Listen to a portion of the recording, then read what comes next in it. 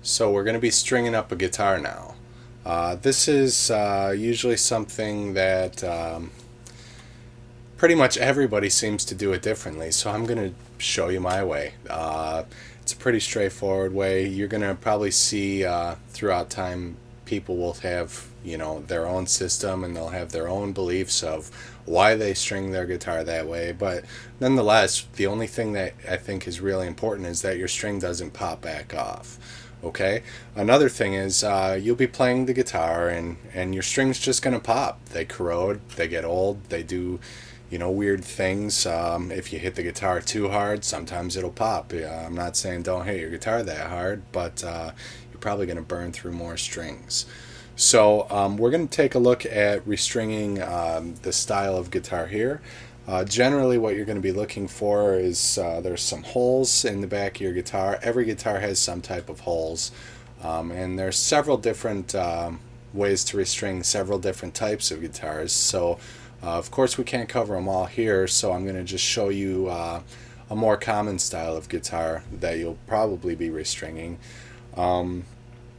Another thing to make a point of is once again that people will teach you how to do things if you ask.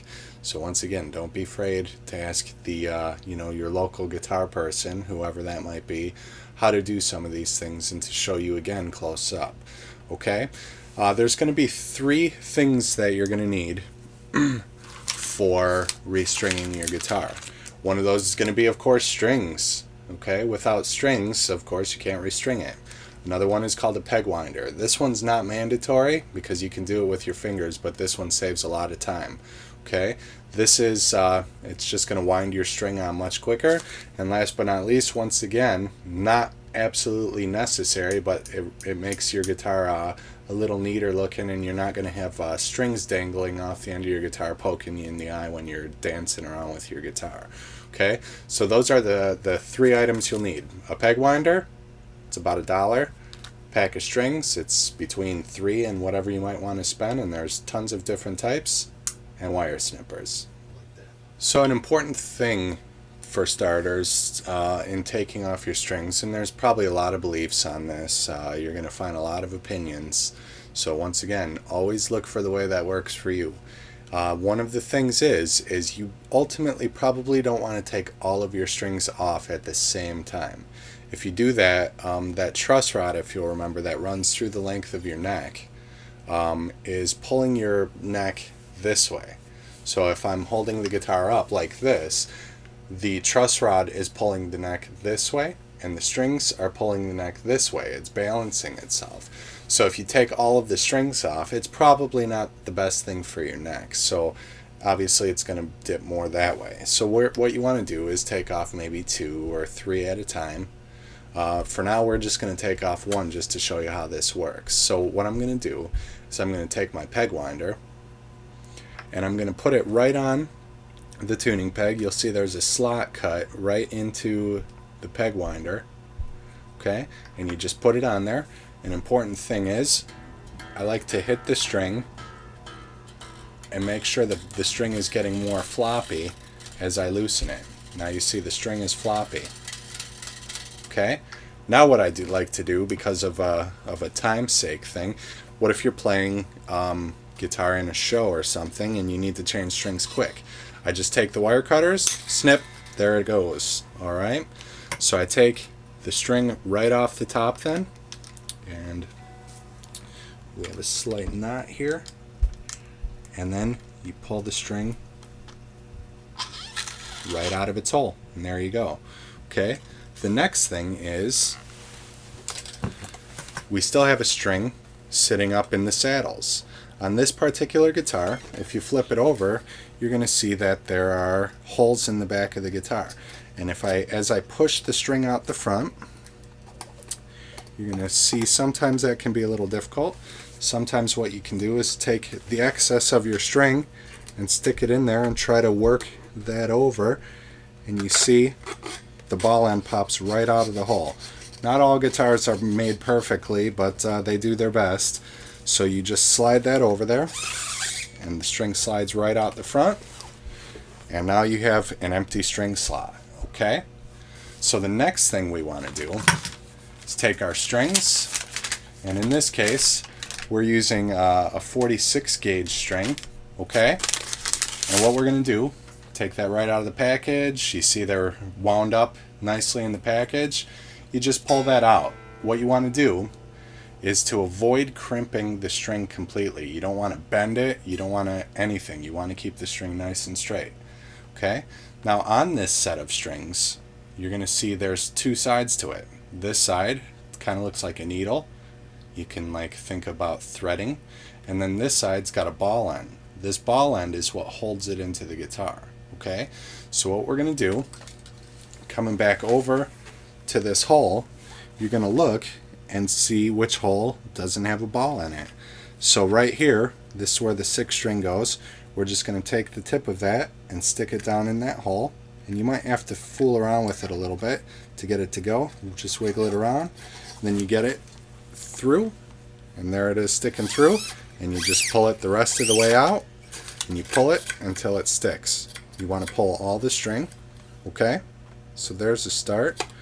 Okay, now that we've got the string into its proper saddle, we're going to come back down and we're going to lay it into the peg head.